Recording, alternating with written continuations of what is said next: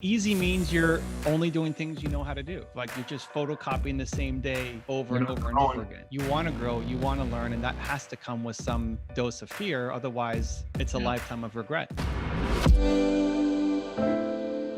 So why YouTube? One, your content lives forever. It's the hardest game to win at. It's harder to win at YouTube than Instagram, than any other platform, than TikTok, than anything. But your content lives forever. So the video that you make today, in a year, in 5 years, in 10 years, is still getting you views, signups, traction, awareness, attention. Meanwhile, something from a week ago on Instagram is dead. Nobody's going back a week, right? So I like the long game. I love that if we take a clip of this and put it to YouTube, that will live for the next 5 years and help spread the message. I want my work to last, right? So none of the other platforms do that. Not even a podcast doesn't really do that. Sure, it lives there, but nobody's actually going. Your hardcore fans will go back and listen to it, but nobody's actually going back and listening to the old archive on podcast. Where YouTube, it's getting recommended to you. 5-year-old videos will still get recommended to you if you have evergreen content that can serve people. So YouTube is the only place where the content lives forever. Second is YouTube pays you. They have thousands of salespeople who are selling advertisements against your content, and they take a cut and they pay you to make content. Instagram's not paying you to make content. Twitter's not paying you to make content. YouTube is actually giving, now you have to have 1,000 subscribers and 4,000 watch hours. So there's some bare minimums to get in. But after that, YouTube's actually giving you a paycheck every week to pay you to make content. And so I want your social media to not be an expense, but a profit center. That with YouTube, you can fund your entire marketing department for your company if you do it right, right? So your content lives forever, which means you're getting paid forever as well. As long as people are watching videos, you're still getting paid. 2.5 is that long form is great. Like if you're good at what you do, a lot of people now are trying to go from Instagram to YouTube, and they're struggling because they don't have the depth of content. That making a 15-minute video, they're going to say the same thing 25 times because they can't talk in more than a 40-second soundbite, which is great for an Instagram video, but they don't actually have the layers of experience that a lot of you could probably in your industry talk for a day and never repeat yourself because you know what you're doing. So that actually plays to your strength. If you're a deep knowledge expert in your industry, if you don't know your industry very well, then you're going to be exposed. Right? But I'm assuming when you know your industry very well, you are the expert of what you do. And then the third quick thing is there's a thing called the audience retention curve.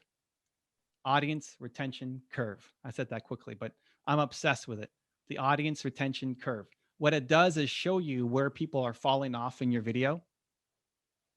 And so you can see at the beginning where you're at 100%, and then 30 seconds in, you're down to 80%, and a minute in, you're down to 60%. And you just see people falling off your video, which is great knowledge for you to make better videos, right? Like, hey, we lost a lot of people here. Let's not do that again. Or we gained a lot of attention here. What happened, right? Anytime my wife joins in on a video, my retention goes up. But usually it'll be this downwards curve. People slowly leave the video.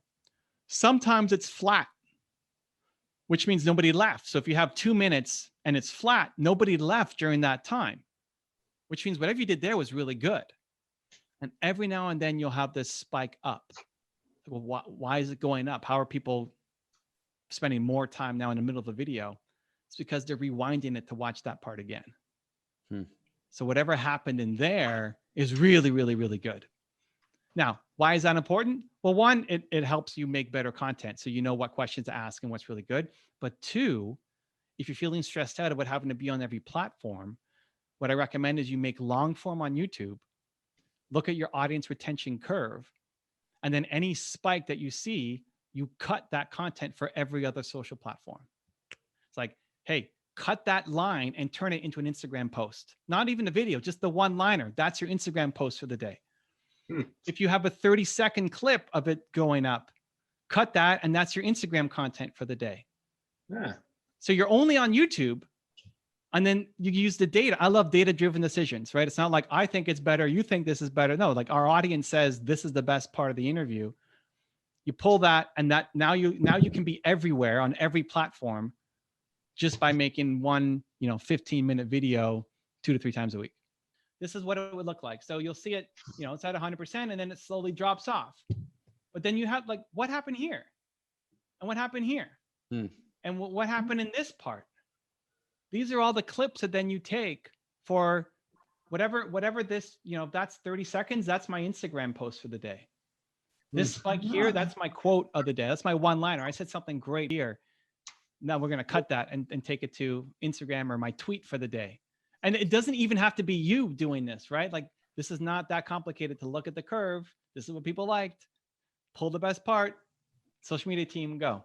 YouTube's a very different game now. People are going for education.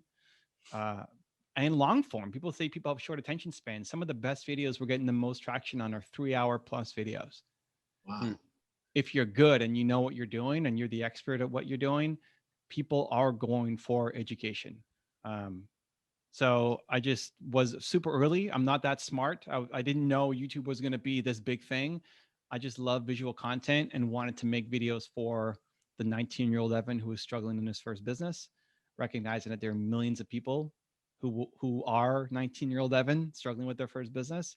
And that's who I wanted to make content to help. And it eventually caught up. Now I've ended up helping pretty much everybody in the industry, inside thought leadership. Again, if you're doing prank videos or slime videos or all sorts of other stuff, I'm not the guy, but inside thought leadership, I've probably had a hand in helping pretty much everybody who's got a decent sized channel, names that you know and recognize. So, a couple of weeks ago, I had Matthew McConaughey on the channel. Last week, I interviewed Deepak Chopra for the channel. Every time I have some new person who comes on that I don't have a ton of context relationship with, I still get nervous. I'm afraid that I'm going to ask the wrong question, that I'm going to disappoint. My biggest fear is disappointing somebody. Not even me looking like a fool. It's that I'm going to show up and waste their time, that I'm going to ask Deepak some question he thinks is stupid, but I don't know because I'm not as spiritual guru as he is. And so I don't want to ask like the dumb question, then gets laughed out of the room. Hey, sorry for the interruption. I just wanted to let you know you can get a free copy of my book, The Millionaire Shortcut, which shows you the fastest way to become a millionaire in the new economy. And there's a special link just for this episode in the description. So thanks for tuning in, and I hope you enjoy the rest of the episode. So there's 2 things that help me through it. The first is that I do difficult things. That it's a constant reminder to myself that if I say scary, difficult, or hard, I have to do it just because I said it. That the fact that I'm scared of it is not a good enough reason anymore, because everything you want is on the other side of scared. My family's been trained, my team's been trained to hear me say scary, difficult, or hard. So you said it, like, oh crap, now I have to go do it just because. And that might be a little crazy, weird duck for people, but it's helped me. The one that's more accessible and easy for people to grasp is that we still want to serve. Just because you're an introvert doesn't mean you don't want to serve. Doesn't mean you don't want to help. That you've got a message, you've got knowledge that if you were going to sit down with the person you were 10 years ago, you could help that person. You could give that person guidance, love, even just a hug would be valuable, right? Depending on what we've all been through, some trauma, pain, struggle, suffering. It's why you're here. Entrepreneurs, the greatest thing is to serve and give back and help, and obviously make money in the process of doing that. But we're here to serve and help. And so if you're silent, you're not helping people. Yeah. So you want to serve and give back. And so that every time I shift it from, I'm not here for me and making myself look good in front of Deepak or whoever, it's he's got a message and hasn't been asked an entrepreneurial kind of interview before. So I'm trying to get knowledge out of him that people can use. I'm here to serve. So it's not about me anymore. It's about who I'm trying to help.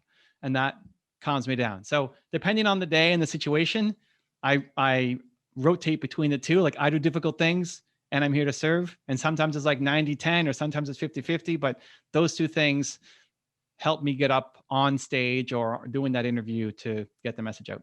Easy means you're only doing things you know how to do. So you're just stuck doing, you actually hate your life. Like you're just photocopying the same day over and over and over again, right? I think that if there's nothing in your calendar that scares you, you actually hate your life. You want to grow, you want to learn, and that has to come with some dose of fear. Otherwise, it's a lifetime of regret. If you want to have success in entrepreneurship, obviously you have to listen to your customers, and introverts, I think, are better at doing that. I think we know extroverts because they're going in on what they're good at. Like extroverts are great at being extroverted.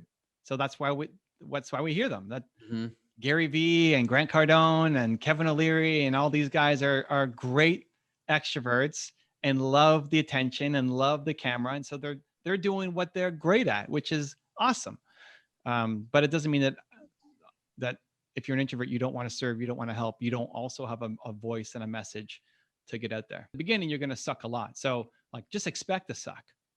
Part of the problem is when people are making a video is you don't expect to be great at the start. You don't expect to be Larry King or whoever at the start, but you don't expect to be as bad as your first video is, right? Like your first video comes up, it's like, wow, I expected to be bad, but I didn't expect to be that bad. I mean, that's terrible. Why do you expect to just get up and ride a bike or get on skates or snowboard down the hill? Like we expect for some reason in this just to be great. Just because you know your craft and you're an expert at what you do doesn't mean that's going to auto translate into being great on making a YouTube video. That retention curve that we looked at, trying to hit 70% at 1 minute. That's a really hard number to hit. Okay. So 70% at 1 minute, because if you get somebody for 1 minute, in terms of short attention span, it's true at the beginning of a video because they're scrolling. But if you get them for the first minute, they're going to keep watching. So the key is, what do you do in the first minute to get somebody to watch the video? And most people where they struggle is a video would be like, hey guys, welcome back. It's me, Evan, and I'm so excited that you're here. Oh my God, happy Monday. Like typical, but no, goodbye, I'm out. 83 to 87% of my traffic now on the channel are non-subscribers still at my channel size, right? So welcome back. Like, who are you? I don't even know who you are. What am I being welcome back to? Just assume it's their first time ever seeing you. So if it's a thought leadership piece where it's you talking to camera, lead with a powerful opinion. Tell me something that you believe that other people don't believe. With the very first, you press record and you tell me something that's different. If it's an interview, most interviews at the beginning suck, right? Hey, tell me about yourself. Hey, what's your story? It's like building rapport. It's not anything good. So you take coming ups, you take the highlight moments from the video and put them at the beginning so that I know something good is coming. If you loved that episode, then you're definitely gonna love this one. Check it out. The path to excellence is taking the first step. The biggest thing missing, they have all this potential that you could go and see, and this is where I get frustrated. You have so much potential. You could do all these great things. You can be a millionaire by next year. Go do it.